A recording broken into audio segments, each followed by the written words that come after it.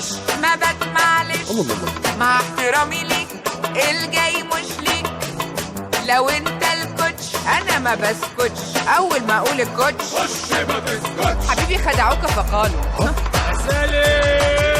يا عفضلك انت تاني ليه؟ البرنامج اللي بيقولوا عليه، برضه تاني ليه؟ البرنامج اللي بيقولوا عليه، يعني اللي جه البرنامج اللي بيقولوا عليه. ترحبينا بقى فيه لو ما كنتش تزهق البرنامج اللي بيقولوا عليه مع سالي عبد السلام على ميجا اف ام. البرنامج اللي بيقولوا عليه. يا مساء الفل، مساء الفل ومساء البهجة ومساء كل حاجة جميلة وكل حاجة حلوة. رش كحول رش كحول كده، كل حاجة جميلة وحلوة على عيون مستمعين ميجا اف ام الحلوين. اخباركم ايه وعاملين ايه؟ ويا رب تكونوا بخير ويا رب تكونوا في صحة وسعادة وسلامة ويبعد عنا كل شر وكل راضي واقف على باب السيد. 1927 ده رقم الاس ام اس، ممكن تكلمونا على 3835 او تبعتوا لنا بقى على الفان بيج ميجا اف ام 92.7. ممكن كمان تبعتوا لنا على تويتر، ابعتونا على تويتر هاشتاج البرنامج اللي بيقولوا عليه. بيقول لك ايه بقى النهارده؟ الهروب الكبير. انت بتعرف تهرب من انك تزعل؟ يعني احنا هنلعبها بقى كده، ايه هنقلبها. بيقول لك انا عمري ما هسامح بالسهل كده. طب حقك عليا سيد، عيب ما تقولش كده، احنا اهل سيد، احنا اهل على طول سامحتك. طب انت بتتصالح بايه؟ لا سندوتشين شاورما والموضوع خلص يا معلم؟ ولا بتحب تتصالح بالطريقه اللي انت عايز تتصالح بيها؟ بمعنى والله العظيم ما انا متصالحه غير لما يعمل كذا ولازم هو اللي يعرف لوحده، مش لو مهتم كنت عرفت لوحدك. لا انت بتفكر انه اكيد هو هيعرف لوحده. طب انت بتستحمل عشان المركب تمشي وبتسامح، ولا سامح نفسه قال لك مفيش الكلام ده؟ تقعد تفكر بقى ولا تقول اغرقها وخلاص؟ عايز اسمع منكم. بصوا اللي هيطلع معايا هيتعمل له انترفيو. 1927 ده رقم الاس ام اس، ممكن تكلمونا على 3835 او تبعتوا لنا على تويتر هاشتاج البرنامج اللي بيقولوا عليه، او ممكن كمان تبعتوا لنا على صفحتنا بقى ميجا اف ام. ماشي كلموني 3835 1927 هو ده رقم الاس ام اس.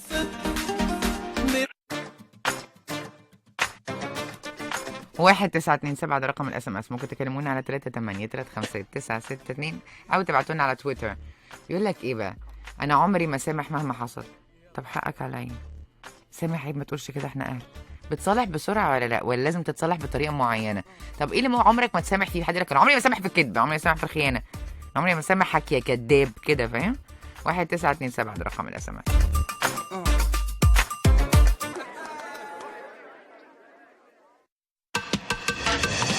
البرنامج اللي بيقولوا عليه مع سالي عبد السلام على ميجا اف ام.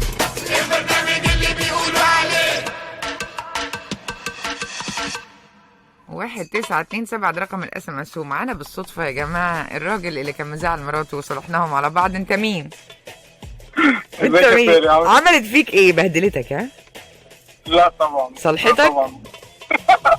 احلف صلحتك؟ طب وانت رحت كلمت ابن خالها تاني؟ لا يا جبان يا جبان.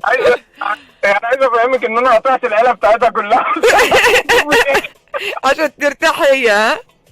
لا بجد عملت ايه يعني؟ لا خلاص هديت يعني هبطت؟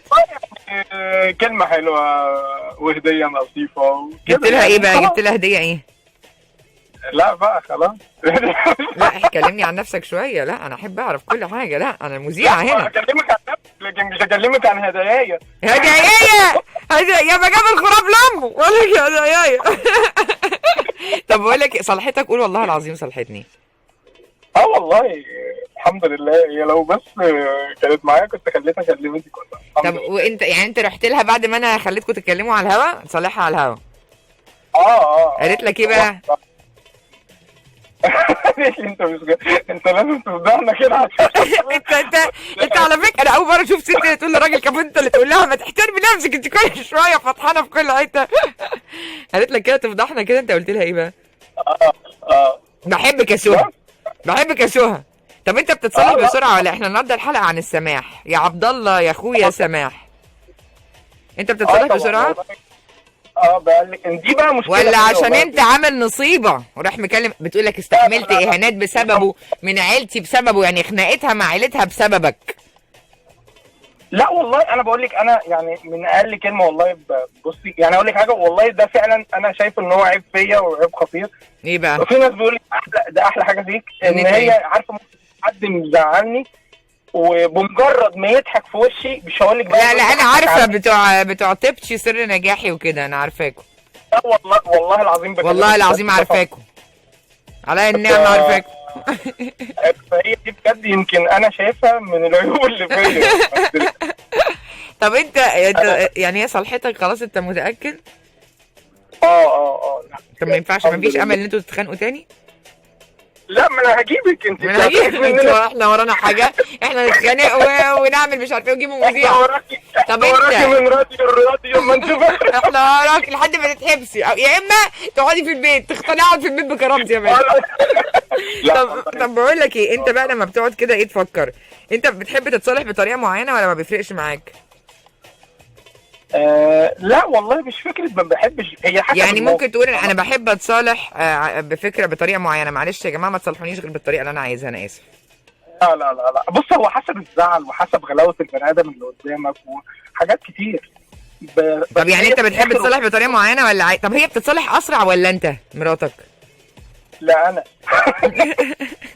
انت اي حد يضحك عليك بسندوتشين كبده كده، يعني يجيب لك سندوتش اللي يخليني ان انا جبتك عشان تصالحيها. اه تخيلي يبقى هي بتصالح بسرعه. ده بقول لك ايه، انت اي حد يقول لك تعالى نشوح حتتين كبده خلاص كده، يا ريت يضحك ويا ريت ويا ريت الكبده.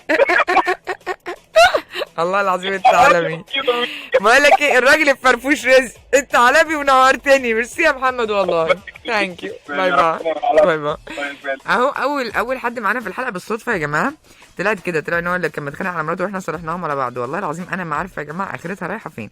انتوا لازم تفكروا معانا وتبعتوا لنا وتقولوا لنا على 1927، او ممكن كمان تبعتوا لنا على تويتر هاشتاج البرنامج اللي بيقولوا عليه. ممكن كمان تكلمونا على 3835962، او ممكن كمان ان انتوا بقى تبعتوا على 1927 رقم الاس ام اس. احنا بنتكلم في ايه؟ بيقول لك انه انا عمري ما سامح مهما حصل، حقك عليا سيد، عيب ما تقولش كده، احنا اهل. بتتصالح بسرعه ولا لا؟ عايزه اسمع، لانه في دراسات بتقول لك. البرنامج اللي بيقولوا عليه مع سالي عبد السلام على ميجا اف ام.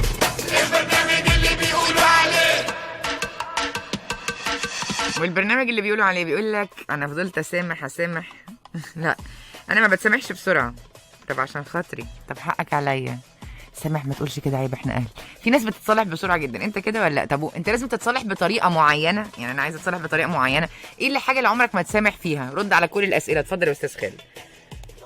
انا مش عارفه البرنامج بتاعك انت ومراتك ولا بتاع بنتك ولا انتوا اشتريتوني. والله انا قلت اتصل اطمن عليكي، لا تكوني اتكرشتي ولا حاجه، مدير المحطه عمل لك استماره ست. لا كويس يا اخويا، ان كان عليه اقسم بالله عايز يطردني من بدري. انت خلصت المراقبه اللي عليك ولا تتدري انت؟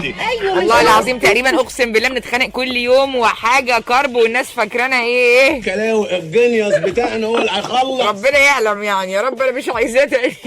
قول لي خلص عشان هترفد. انت بتسامح بسرعه ولا لا؟ لما تقول لي يا بيبي، اول ما تقول لك يا بيبي مراتك تروح قايله لك يا بيبي بقى، دي بتقول يا بيبي. امل دي اسمها امل صح اللي كلمتني امبارح؟ بتقول يا بيبي. بقى امل بتعرف تقول يا بيبي؟ لا مروه على فكره. مروه اسمها مروه صح؟ ما انا بقول لك اسمها ايه؟ مروه ام مريم. ايوه بتعرف تقول يا بيبي؟ تعرف تقول يا بيبي. ورمضان بطيخه بيتقال له يا بيبي؟ يعني هي بتقول لك يا بيبي وانت تقول لها ايه؟ خلاص بقى، خلاص انا كده بقيت زبده. حب عمري. بقول لها حب عمري صح يا ابن ليه؟ طبعا عشان والله يعني شاكر بحبك قوي. بحبك وحشتيني. طب بقول لك ايه؟ قولي. يعني انت دلوقتي بتتصالح بسرعه جدا؟ والله انا قلبي طيب، يعني ممكن ابات انسى الموضوع يعني. شفت بقى؟ يعني في ثانيه صح؟ ايوه كده، يعني باجي بسرعه زي ما بيقولوا بالبلدي كده. يعني عادي على اللي هو يا جماعه انت ساندوتش تشوح لك حتتين كبده، انت مش بتاع ساندوتشين انت. لا مش بتاع سندوتشين، ممكن كرتونه بقى. تشوح لك ايه بقى؟ عايز ايه بقى؟ نفسك في ايه بقى؟ كرتونه كبده. لا بالجبنه بحله محشي ماشي مفيش مشكله. يعني عادي، بس بتتصالح بسرعه ولا لازم تتصالح بطريقه معينه وبطريقه انت بتحبها؟ والله لا، يعني لازم اقول كلمه انت بتحبها. يعني مثلا طبعا لازم تقول بيبي، ما انت قلت لو ما قالتلكش يا بيبي. بيبي دي بقى بتخلي الراجل مننا عامل زي الزبده كده، بيحس بنفسه ان هو رش يا بطل. عامل زي الزبده؟ ايوه. انا اول مره اشوف يعني ايه راجل يبقى عامل زي الزبده دي. لا دي جديده دي. انا بقيت عامل زي الزبده من ساعه ما شفتك يا سهى. في حاجه اسمها كده؟ بتبقى عجينه في ايديها يعني. لا بجد؟ اه. اللهم صل وسلم وبارك على سيدنا محمد. ماشي يا اخويا، يعني تقول لك يا بيبي واحنا نقول لها يا بيبي واحنا اللي نتضرب في النص. اهي التوقعات دي اللي بتوديكوا في داهيه. تسلم. غير سلام. الحمد لله رب العالمين. ربنا اربط بس الحزام عشان ايه؟ عشان احنا جاهزين. ربنا يخليك ليا يا خالد ويسعد لي قلبك. باي باي. ربنا يخليك. مع السلامه. باي باي. مع السلامه. انك بتصرح لما تقول يا بيت. انا معايا دراسات اصلا بتقول لك حاجات ايه بقى. لا مش هقولها لكم دي، هقولها لكم في الساعه الجايه، لان انا مش حاسه اني عايزه اقول لكم كده دلوقتي. 1927 ده رقم الاس ام اس، ممكن تكلمونا على 3835962. يلا بينا يلا بينا. لا في دراسات حلوه على فكره، بس هل هتعجبكم؟ لا هو اصلا يعني انا عايزه اقول مش بمزاجكم، يعني انا ما بحبش ان حد يقول لي مثلا حاجه ما عجبتنيش، لانه انا بحب افاجئكم على طول. يلا بينا. ما شفتش حد. 1927 ده رقم الاس ام اس، ممكن تكلمونا على 3835962 او تبعتوا لنا بقى على الفان بيج ميجا اف ام 927 على تويتر هاشتاج البرنامج اللي بيقولوا عليه. يلا عشان نلعب الساعه اللي جايه. اقعد فكر كده، انا عمري ما اتسامح.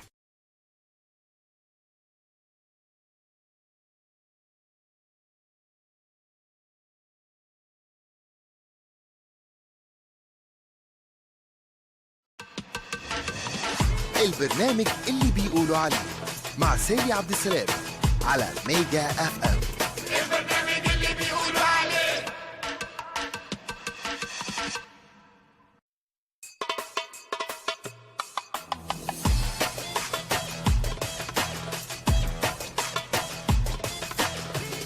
المسجز مضحكه جدا، انا مش مصدقه والله العظيم.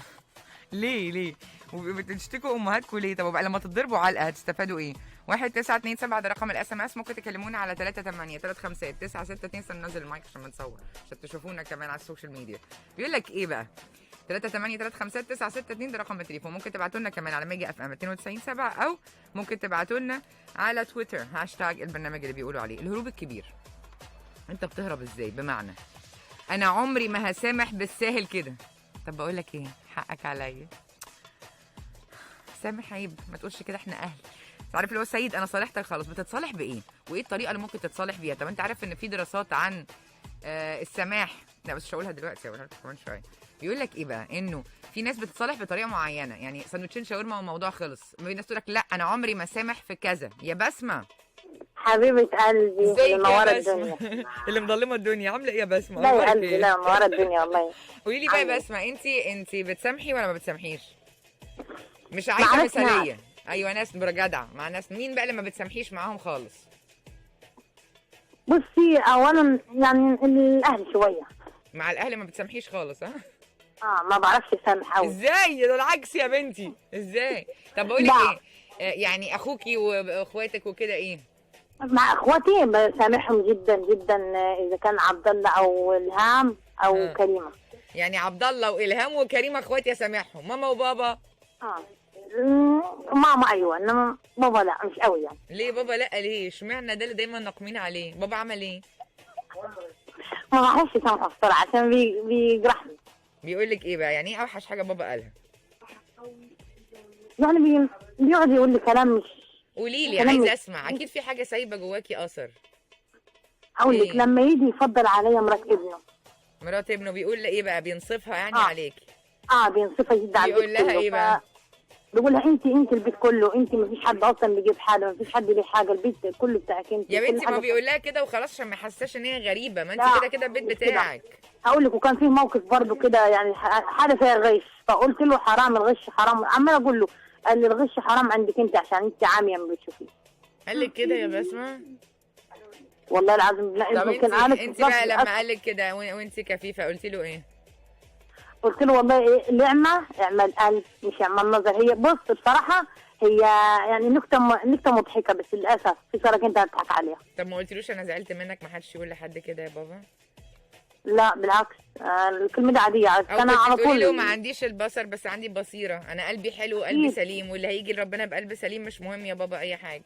انا عارفه كل اللي بيجي عليه، اقسم بالله كل اللي بيجي عليه انا عارفه انه الحمد لله، يعني مش والله لازم مش شماته ولا، بس والله لازم انا عارفه متاكده كويس انه كل اللي بيجي عليا وكل اللي بيجي عليه في يوم من الايام عارفه ان ربنا سبحانه وتعالى ما بيسيبوش. انا بحبك قوي والله العظيم، بحبك قوي كل ما والله العظيم وانا قوي. عارفه انا والله العظيم بسمع حضرتك بحس براحه نفسيه كده، وبحس انه طاقه كده وحاجه. والنبي رزق، والنبي رزق، انت رزق والله بجد بحس ان انا مبسوطه وانسى كل حاجه بصراحه. اوعي حاجه تزعلك وانا معاكي دايما، ونورتيني يا روح قلبي وعلى راسي. والله العظيم وانا اتشرفت والله العظيم. قبل ما اكلمك بصراحه والله كنت دايما ابارك ليا، ودايما اي حد يكلمني خلاص ما فيش نكد بعد ما كلمنا سالي. لا طبعا بعد سالي منوره الدنيا صح، وبرنامج على التلفزيون الصراحه اللي مكسر الدنيا. الحمد لله يا رب دايما من نجاح لنجاح يا جميله. ربنا يخليكي لي وتدعي لي دايما امانه. جميل يا عيون قلبي يا رب. يا روح قلبي يا رب يا رب نورتيني يا روح قلبي. باي باي. رعاية الله يا رب. سلام. باي باي. حد يقول لبنته كده والنبي زعلانه منك قوي، زعلانه منك. في حاجات فعلا ما بنسامحش فيها. بص بقى، ما بنسامحش في جرح واهانه. في دراسه بتقول لك ايه بقى؟ دراسه بتقول لك ان التسامح بيزود الاحساس بالسعاده. بس انا زودت لها حاجه تانية، انه لو انا هبقى سعيده لما اتجنبكم، يعني انا ممكن اسيب حقي لما ابقى قادره اخده، بس هتجنبكم. انا شايفه كده. نجيب محفوظ كان بيقول ايه بقى لما الكبار بيتكلموا احنا بنسكت خالص بقى، بنركن على جنب. قال لك التسامح هو اكبر مراتب القوه، وحب الانتقام هو طبعا اقوى مظاهر الضعف. قال لك ايه بقى؟ انه لازم نغير فكره ان اللي بيسامح بيبقى ضعيف. لا، هو مش اللي بيسامح بيبقى ضعيف، مفيش حاجه اسمها كده. يعني دايما يقول لك ايه؟ انه خاف من ايه اللي ساب حقه لربنا. خاف يعني بجد خاف على نفسك، والله العظيم جاب لك الكبير قوي مش هتقدر عليه. في دراسه تانية بقى بتقول لك ايه؟ من الطرق المهمه لعلاج التراكمات اللي بتيجي بعد ما احنا استحملنا كتير عشان الدنيا تمشي او كلام وجعنا، الضحك او العياط. ازاي؟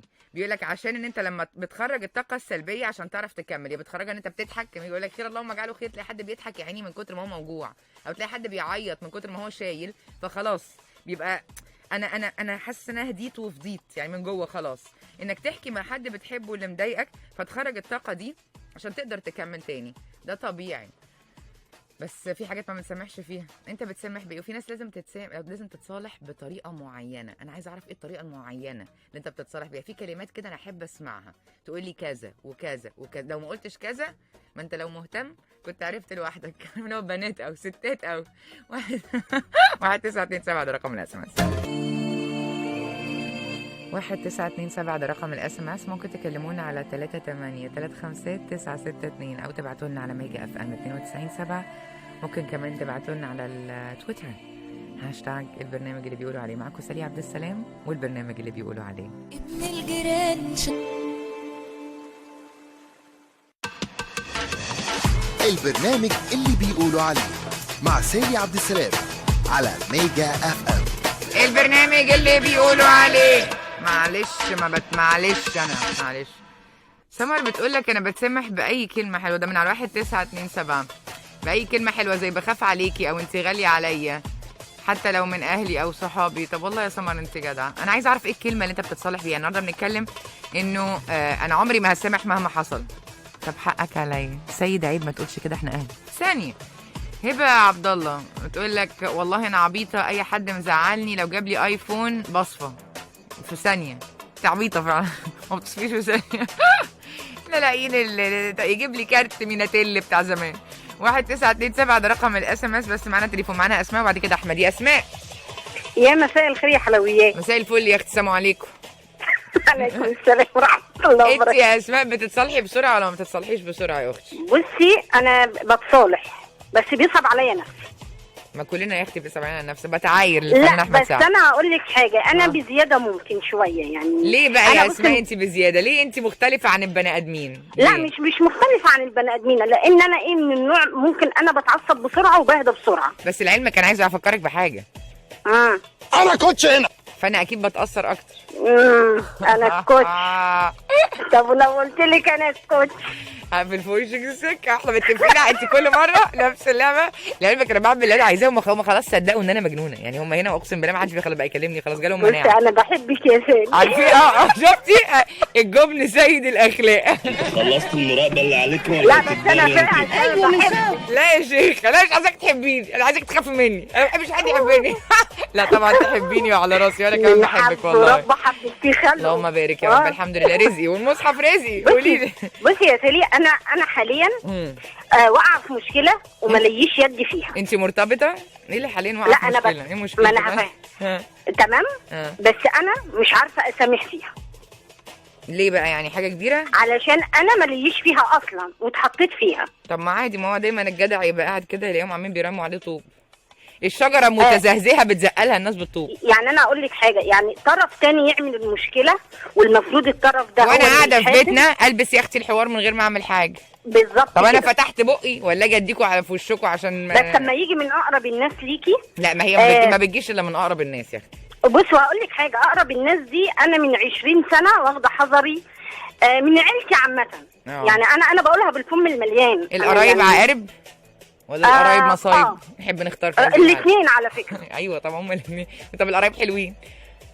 لا بصي بقول لك على حاجه عشان نبقى حقانيين، في حلو وفي وحش، في بيغير قوي وما يتمنالكيش الخير، وفي بيبقى غلبان. انا في عيلتي بصي يا سالي، انا في عيلتي ازيك يا اسماء الحمد لله قاعدين، انا ما بتكلمش. انا بقى يا اسماء بيخافوا يقولوا ازيك يا سالي. ما انا هقول لك حاجه، محدش حتى بيقول ازيك يا سالي. السكوت ده غلط في العيله، اللي هم مثلا معلش يعني انت مستكبره علينا ومش عايزه تكلمينا ليه؟ وانت فاكره نفسك ايه؟ هم بيشوفوك اللي انت طيبه فيلبسوكوا حوار. طب ما نلبس الحوار. رغم انا بعرف اتكلم وعندي لسان وكل حاجه. ولو لبسنا الحوار مين هيعمل لنا ايه؟ ما هم وخلي بالك هم مش هيضرونا بشيء الا اللي كتبوا ربنا علينا. ماما هي اللي اتكلمت، قالت اسماء دي خط احمر وهم زعلانين. ولا حتى ماما تتكلم يا اسماء. ما هو اقول لك على حاجه، يعني مش هيضرونا في حاجه والله غير ربنا كتبها. يعني هتعملوا ايه؟ ما انتوا هتنفذوا اللي ربنا كاتبه. ما تتفلقوا. مش انا لابسه الحوار بقول لك ايه، انا عملت الحوار على ما افخلك اركبه، يلا بقى ويلا من هنا ما تزودش عشان انا ممكن البس حوار تاني. يعني بص اما يكون مثلا جوز خالته وحفيدته هي اللي عامله المشكله، مش مهم، واول ما يشوف ماما يقول لها اسماء. ماشي فاهمه. وانا هتفرق معاكي يا ماما؟ مش ماما مصدقاكي؟ هو يعني انا مش ليا في الحوار اصلا. ماما امك يعني مصدقاكي ولا لا؟ ايوه طب مات الكلام، ما يقولوا اللي هم عايزينه. العيله كلها مصدقه لان المشكله مش في طرف ليا اصلا. طب تمام مش مشكله، ايه ما هتفرق معاكي في حاجه؟ يعني انت صعبان عليا نفسي يعني. لا ما هو ما يصعبش عليكي نفسك بقى. يعني بصي يا سيدي، مش علشان انا اتربيت قوي ومحترمه قوي وشايفيني دايما ساكته ما بتكلمش او منجرح قوي. ايه؟ او منجرح قوي. لا محدش بيحب قوي لما ينجرح قوي. اسماء اللي لو انت قادره تاخدي حقك صح، وقادره تقومي تدوري فيهم الضرب كلهم. بصي انا عندي لسان. بص على قد شوفي يعني، على قد ما انا طيبه على قد اللي انا غشيمه في حقي. اقول لك بقى على حاجه، ويل لكل همزه لمزه. ما تتفخريش ابدا بلسان، ما كلنا عندنا لسان، خلي بالك كلنا بنعرف نشتم، كلنا بنعرف الادب. وقله الادب اسهل بكتير من الادب. ما تقوليش بقى خلاص. بصي انت تسمعي وتنفضي. هي مش سهله، هي عايزه تمرين. انا لحد ما وصلت بالتبلد هذا حطام البني ادم اللي قدامك ده. طاقه يا بصي انت مش فاهماني، كل انسان له طاقه. انا عديت كتير من 20 سنه. عشان كده في مقوله بتقول لك ايه، تشوز يور باتلز، اختاري معاركك. دي معركه تستاهل ان انا اضيع عليها طاقتي؟ لا، يبقى مش داخلاها. ما تسيبهم يتكلموا يا بنت، زهقانين ما تتكلموا على الاقل بسليكم حاجه. حاليا هي مشكله. ما هي هتوصل لايه؟ اخرها هتبقى ايه؟ هيقطعوكي؟ ما احنا دلوقتي اصلا ما بنكلمش بعض. انت لو تعرفي اصلا ده حصلت في العزا يا سيدي. مش هم اللي اختاروا؟ العزا اللي كان لسه موجود. مش هم اللي اختاروا ولا انت عملتي حاجه؟ لا انا ما عملتش حاجه. خلاص بس كده، مع السلامه للي عايز يمشي. يلا هيعملوا ايه؟ ولا حد يعرف يعمل لك حاجه طول ما معاكي ربنا. ما حدش يعرف يعمل لك. لا طيب. الحمد لله. يبقى ايه؟ هم بيقولوا ان اسماء عملت مشكله. وبعدين يا اسماء حصل ايه؟ هيجرى ايه يا اسماء؟ ما تكبري دماغك. مش هيجرى حاجه، بس انا ما بحبش اللي انا سيرتي تيجي في حاجه وانا ما عملتش حاجه اصلا. ما احنا كلنا يعني كنا ما بنحبش، بس بقول لك ايه، احنا كلنا كنا ما بنحبش لان نفسنا سيرتنا بتيجي فبقينا نكبر دماغنا. مين انا هختم معاكي بحاجه واحده بس، مين في الحياه دي ما اتولدش بريء؟ ما بنختلفش عن الملائكه بشيء. مش يا تافهه. نورتيني والله. انت منوره الدنيا ما تزعليش يا سوسي. وعايزه اسمع حكيم يعني. اسمعك يا منعنع. حاضر، شكرا يا حبيبتي. الله باي باي. ماشي يا سو. واحلى تحيه لماما فرنسا. نديلها سلام عبد السلام. امشي. باي باي. وهبه صاحبتي يا احمد يا محمد. هاو ار يو؟ ايوه معاك يا سيدي. معانا مكالمه جملي، معلش الهوا بتاعنا عندنا فضائيه متهيألي كانت شويه كان هنتخانق معاك. والله العظيم. اولا اجيبها في بيتنا عشان نعمل قعده عرب ونتصالح. انت عندك كام سنه يا احمد؟ يلا. هاو اولد ار يو؟ اديك كام سنه في مكتب الصحه؟ ما انا اقول مثلا 34. يعني انجلي سنتين كمان. يعني 28.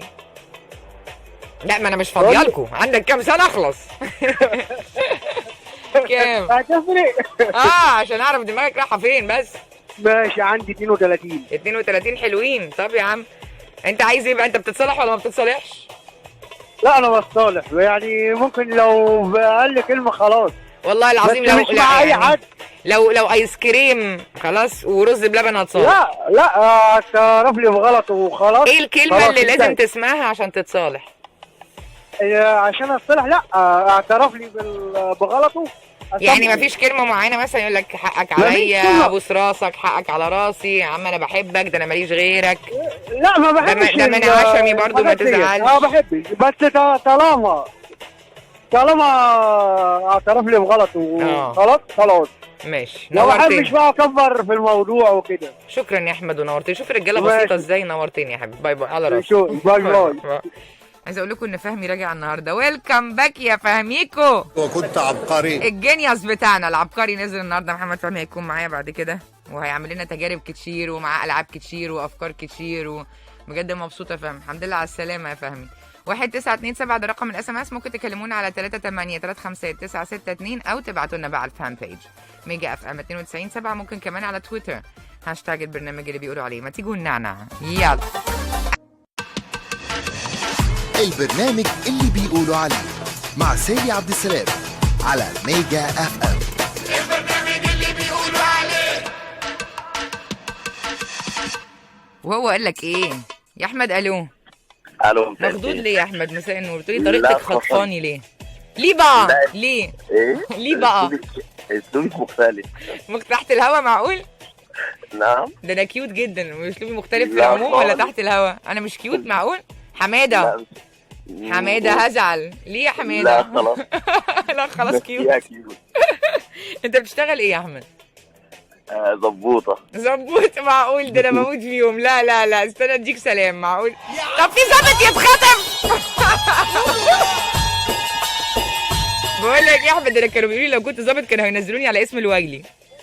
اشمعنى الويلي؟ والنبي ما اعرف يا اخي. كل حد يشوفني يقول لي الويلي ودي على طول في الزاويه الحمراء دي. كانت خلي بالك انا ما بدخلش قهوه ولا الكلام ده خالص. بس استغربتي يعني بقى؟ انا ما اعرفش والله. لقيت اسلوبك عاجبني على راسي. تسلم لي والله العظيم. يعني اول مره تسمع البرنامج؟ اول مره حقيقه. اول مره تخبط فينا كده. وانت رايح الشغل ولا انت جاي من الشغل؟ لا لسه رايح الشغل. لسه عندك شيفت؟ بتشتغل في شركه اتصالات. عندك انت شغال في اسم؟ هتاخد النبطشيه بالليل؟ انا معاهم رحت الاسم. بشتغل بالليل والصبح. كنت بتغدى بقى يعني ايه ازاي بالليل والصبح؟ يعني تروح تتغدى وتقعد مع العيال وترجع تاني؟ لا لسه مفيش ولاد بقى. بقعد مع الوالد. بقعد مع الوالد. اروح اقعد مع الوالد وارجع له تاني. بالظبط كده. يعني لا بتغدى. يبقى في وقت كده ينفع نتغدى بروح اتغدى على بال ما بتلحق. طب انت بتصالح بسرعه ولا لا؟ في حلقه انا تحس ان انا جايبه لك عروسه فاهم بالسؤال ده. بس اقسم بالله الحلقه كده انا ماليش دعوه. يعني هو بتتصالح بسرعه عادي يا زبوطه ولا لا؟ للاسف ما اعرفش. تخيلي ان انا بزعل بقول مش معقوله. انا ليه قلبي طيب كده؟ يا سلام. تبشي سر نجاحي. عارفاك وانا انتوا كتير على فكره عايشين في هذا المجتمع. لا والله بكلمك بجد. انا طب ايه الكلمه اللي انت بتيجي بيها؟ يعني لما حد يقول لك كذا مثلا، يعني يقول لك مثلا لا لما بحس الكلمه ايا كانت الكلمه بقى وات ايفر بقى. يعني لازم تبقى طالعه من جواه. احس من نخاشيشك يا سهى. بالظبط. الكلمه طالعه باحساس. غير كده انا مش هتصالح مهما حصل. من نخاشيشك. نورتني وتسلم لي وعلى راسي. سلام لرجاله بلدنا. باي باي.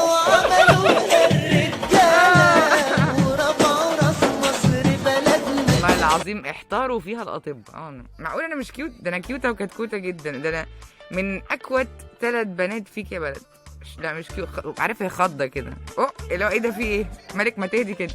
1927 ده رقم الاس ام اس. ممكن تكلمونا على 38353 لسه معاكم سالي عبد السلام على كده. ما اقول لك تعالى، انا عايز اقول لك على حاجه. لا انت هتضربي انا لا مش هضربك، هعرفك غلطك بالشياكه. تعالى هتضربي والله. 5 صراحة، هنتكلم بالراحة. انا مش همد ايدي عليك، انا هعرفك غلطك بالشياكه بالراحه. بصوا بقى، نتكلم بصراحه. 5 صراحه هنتكلم بالراحه، مش هتعصب ولا هتضايق. انا كل ما هنالك اقول لك مين شال الشبشب من جنبي. لا بجد.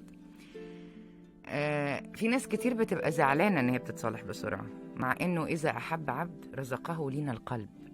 يعني النبي عليه الصلاه والسلام قعد يواسي طفل عشان عصفوره مات. ما قالكش بقى ده الناس ممكن تقول عليا معرفش ايه، ده يقولوا ان انا بقى مش عارف ايه. لا. والمجتمع بتاعنا اللي هو بيقول لك الراجل ما يعيطش او ما تعيطيش قدام حد عشان تبقي جامده وقويه. عملنا بيها ايه؟ القوه في التسامح. القوه اني اول ما بقى قادره اخد حقي وهفرمك بسيبه مش عشان حاجه، سماحه مني. وبقول لك ايه بقى، اعلى المراتب اقسم بالله يوم ما هتحتاجني هتلاقيني. ارفع عليا بس سماعه التليفون. هي جدعنه، هي ابتغاء مرضات الله مش ليك. يعني اللي يبقى غلطان فيك ده ويطلب منك خدمه، ده جهاد من عند ربنا. خلي بالك درجات مش سهله، مش اي حد يعرف يعملها. يعني النهارده كنا بنتكلم انت بتحب تتسامح بكلام معين، انه ما عارف اللي هو ايه، انا عمري ما اسامحك.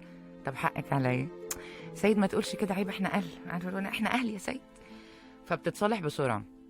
في كل واحد مننا ليه مفاتيح، وليه ناس معينه بيعدلها وناس ما بيعدلهاش، ده طبيعي. وساعات بيبقى الزعل على قد المحبه، بس مش بنفرم. يعني مش اللي هو كده، لا بتصالح انا اتصالح بالشوكولاتات وسندوتشات شاورما. انت لا بتحب الاكل يا بنت ليه؟ هي مش كده. يعني تسمع كلمتين حلوين. يعني الراجل مثلا لو انا مثلا متجوزه او بعرف حد او مش عارف ايه، اللي هو مش لازم يقولي مثلا ما تعمليش ومش عارف ايه. لا مش هتصالح. ما تعمليش كذا عشان بغير عليكي، ما تعمليش كذا عشان ما حدش يبص عليكي. انا بتضايق لما حد يبص عليكي، ده طبيعي. بصوا الفرق لما نيجي نتصالح. حقك على راسي وحياة اغلى حاجه عندي، وانت عارفه ايه اغلى حاجه عندي. هتروحي بصه كده، انا اغلى حاجه عندك النبي ما تقول كده بقى. تروحي مبوظه له لحظه الحب. فاهم؟ بحبك ونفسي جوزك يسيب لي احبك او يطنش او ينزل يلعب مع ابنك عمرو. فالناس اللي زعلانه ان هي بتسامح، لا دي حاجه حلوه قوي. وقال لك انه النهارده الدراسات بتقول لك ان اللي بيسامح بيبقى سعيد. انا ممكن اكون بسامح بس بتجنب اللي قدامي، لانه في ناس القرب منها كتير اذى، كلامهم بيوجع، وانا جسمي بقى يوجعني، مش قلبي، جسمي كله خلاص رافض ان هو يسمع كلام بيضايق ويداري. فبقيت اتجنب الناس اللي بتديني كلام يوجعني، مع اني قادره ارد. يعني زي ما كانت اسماء بتقول، بس ويل لكل همزات لمزه. افتكريها، يعني لو على اللسان الطويل هيجيب لك الكبير قوي. وخافي من دعوه المظلوم. ما هو انا بضيع حقي. يعني انا مثلا صوتي عالي وعصبيه ومش بضيع حقي. طب ما خلينا بقى اخدان الحق حرفه، ما تتقلوا بالراحه. هتوحشوني، استنوني بكره من 7 ل 9 هنلعب مع بعض، والبرنامج اللي بيقولوا عليه وفهمي راجع لكم. يلا يا محمد يا فهمي ادخل ورا عشان التجارب.